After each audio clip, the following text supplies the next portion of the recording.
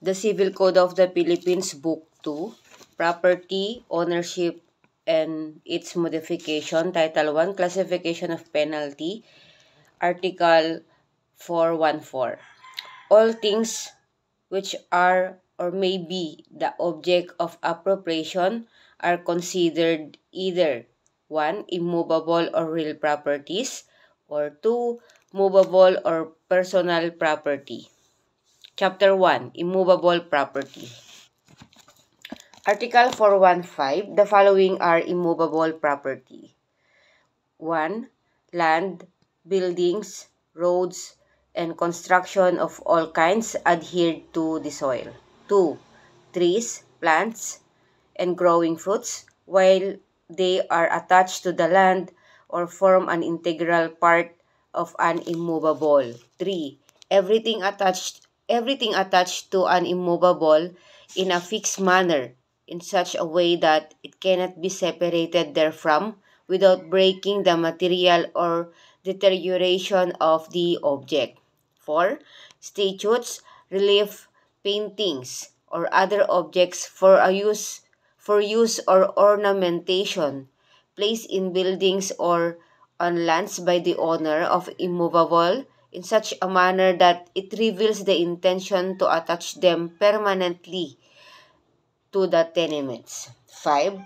Machinery, receptacles, instruments, or implements intended by the owner of the tenement for an industry or works which may be carried on in a building or on a piece of land, and which tend directly to meet the needs of the said industry or works. 6.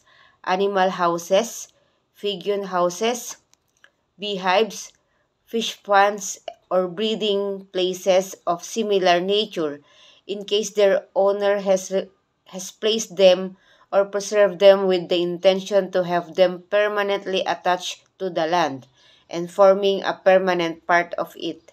The animals in these places are included. 7. Fertilizers actually used on a piece of land. 8. Mines, quarries, and slag dams, while the matter thereof form parts of the bed and waters either running or stagnant. 9. Docks and structure, which, though floating, are intended by their nature and object to remain at a fixed place on a river, lake, or coast. 10. Contracts for public works and servitudes and other real rights over immovable property. Chapter 2. Movable property. Article 416. The following things are deemed to be personal property. 1. Those movables susceptible of appropriations which are not included in the preceding article. 2. Real property which by any special provision of law is considered as personality. 3. Forces of nature which are brought under control by science. And 4. In general, all things which can be transported from place to place without impairment of the real property to which they are fixed. Article 417. The following are also considered as personal property: obligations and actions which have for their object movables or demandable sums. And 2. Shares of stocks of agricultural, commercial, and industrial entities, although they may have real estate. Article 418. Movable property is either consumable or non-consumable. To the first class belong those movables which cannot be used in a manner appropriate to their nature without their being consumed. To the second class belong all the others. Chapter 3. Property in relation to the persons to whom it belongs. Article 419. Property is either of public dominion or of private property, private ownership. Article 420. The following things are property of public dominion. 1. those intended for public use, such as roads, canals, rivers, torrents, ports, and bridges, constructed by the state, banks, shores, roadsteads, and others of similar character. 2. Those which belong to the state without being for public use and are intended for some public service or for the development of the national wealth. Article 421. All other property of the estate which is not of the character stated in the preceding article is patrimonial property. Article 422. Property of public dominion, when no longer intended for public use or for public service, shall form part of the patrimonial property of the state. Article 423.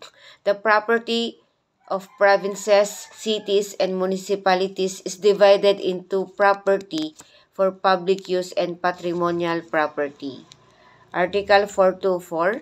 Property for public use in the provinces, cities, and municipalities consists of the provincial roads, city streets, municipal streets, the squares, fountains, public waters, promenades, and public works for public service paid for by said provinces, cities, or municipalities. All other property possessed by any of them is patrimonial and shall be governed by this code without prejudice to the provisions of special laws. Article 425.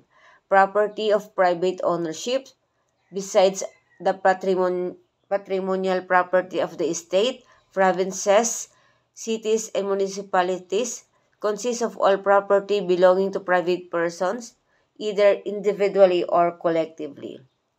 Provisions common to the three preceding chapters. Article 426. Whenever by provision of law or an individual declaration, the expression immovable things or property or movable things or property is used, it shall be deemed to include respectively the things enumerated in chapter 1 and in chapter 2. Whenever the word muebles or furniture is used alone, it shall not be deemed to include money, credits, commercial securities, stocks and bonds, jewelry, scientific or artistic collections, books, medals, arms, clothing, horses or carriage, and their accessories, grains, liquids, and merchandise, or other things which do not have as their principal object the furnishing or ornamenting of a building, except where from the context of the law or the individual declaration the contrary clearly appears. Title 2. Ownership. Chapter 1. Ownership in general. Article 427. Ownership. Ownership may be exercised over things or rights. Article 428. The owner has the right to enjoy and dispose of a thing without other limitations than those established by law. The owner has also a right of action against the holder and possessor of the thing in order to recover it. Article 429. The owner or lawful possessor of a thing has the right to exclude any person from the enjoyment and disposal thereof. For this purpose, he may use such force as may be reasonably necessary to repel or prevent an actual or threatened unlawful physical invasion or usurpation of his property. Article 430. Every owner may enclose or fence his land or tenements by means of walls, ditches, live or dead hedge, or by any other means without detriment to servitudes constituted thereon. Article 431. The owner of a thing cannot make use thereof in such manner as to injure the rights of a third person. Article 42. The owner of a thing has no right to prohibit the interference of another with the same if the interference is necessary to avert an imminent danger and the threatened damage, compared to the damage arising to the owner from the interference, is much greater. The owner may demand from the person benefited indemnity for the damage to him. Article 433. Actual possession under claim of ownership raises a disputable presumption of ownership. The true owner must resort to judicial process for the recovery of the property. Article 434. In an action to recover, the property must be identified and the plaintiff must rely on the strength of his title and not on the weakness of the defendant's claim. Article 435. No person shall be deprived of his property except by competent authority and for public use, and always upon payment of just compensation.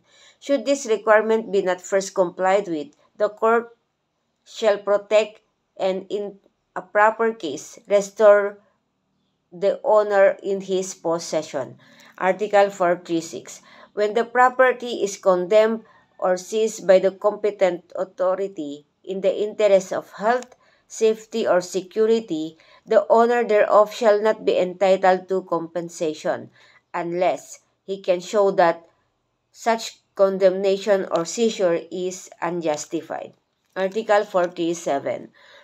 The owner of a parcel of land is the owner of its surface and of everything under it, and he cannot construct thereon any works or make any plantations and excavation which he may deem proper, without detriment to servitudes and subject to special laws and ordinances. He cannot complain of the reasonable requirements of aerial navigation.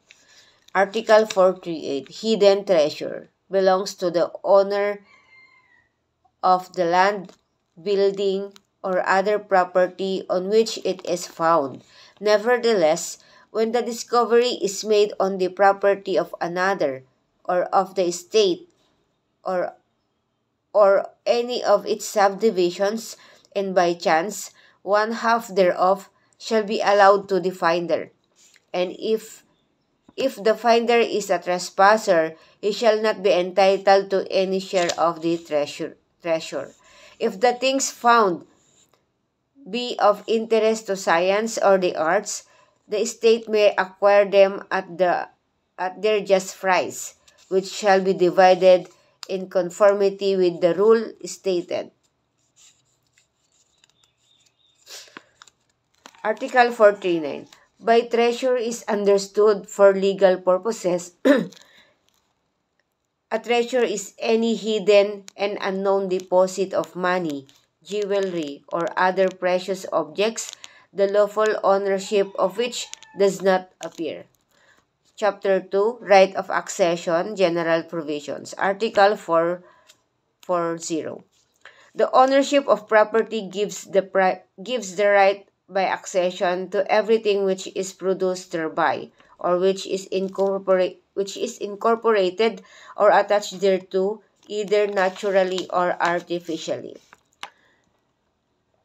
Article 441. To the owner belongs the natural 1. The natural fruits. 2. The industrial fruits. 3. The civil fruits. Article 442. Natural fruits are the spontaneous products of the soil and the young and other products of animals. Industrial fruits are those produced by land of any kind through cultivation or labor. Civil fruits are the rents of buildings, the price of leases of lands and other property, and the amount of perpetual or life annuities or other similar income. Article 443. He who receives the fruits has the obligation to pay the expenses made by a third person in their production, gathering, and preservation. Article 444. Only such as are manifest or born are considered as natural or industrial fruits. With respect to animals, it is sufficient that they are in the womb of the mother, although unborn. Article 445. Whatever is built, planted, or sown on the land of another, and the improvements or repairs made thereon, belong to the owner of the land, subject to the provision of the following articles. Article 446. All works, sowing, and planting are presumed made by the owner and at his expense, unless the contrary is proved. Article 447. The owner of the land who makes thereon, personally or through another, plantings, construction, or works with the materials of another, shall pay their value, and if he acted in bad faith, he shall also be obliged to the reparation of damages. The owner of the materials shall have the right to remove them only in case he can do so without injury to the work constructed, or without the plantings, construction, or works being destroyed. However, if the landowner acted in bad faith, the owner of the materials may remove them in any event, with a right to be indemnified for damages. Article 448.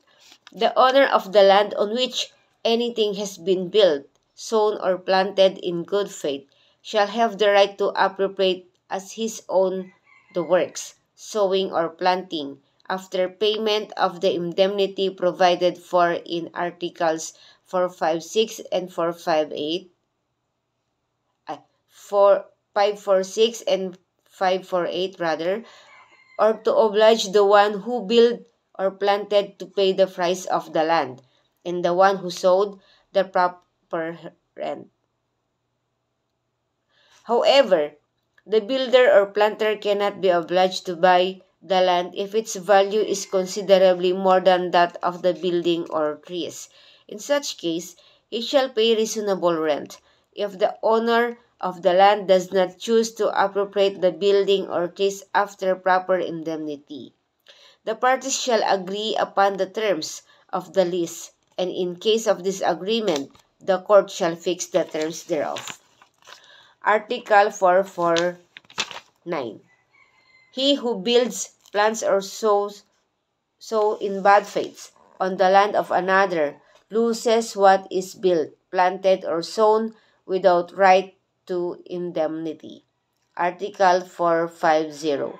The owner of the land on which anything has been built, planted, or sown in bad faith may demand the demolition of the work, and that the planting or sowing be removed, in order to replace things in their former condition at the expense of the person who built, planted, or sowed, or he may compel the builder or planter to pay the price of the land and the sower the proper rent. Article 451. In the cases of the two preceding articles, the landowner is entitled to damages from the builder, planter, or sower. Article 452. The builder, planter, or sower in bad faith is entitled to reimbursement for the necessary expenses of preservation of the land. Article 453. If there was bad faith,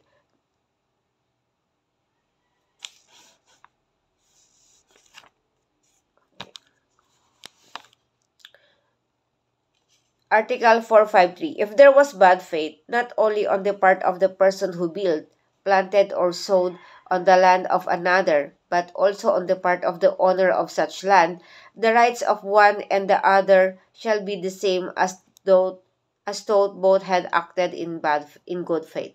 It is understood that there is bad faith on the part of the landowner whenever the act was done with his knowledge and without opposition on his part. Article 454, when the landowner acted in bad faith and the builder, planter, or sower proceeded in good faith, the provisions of Article 447 shall apply.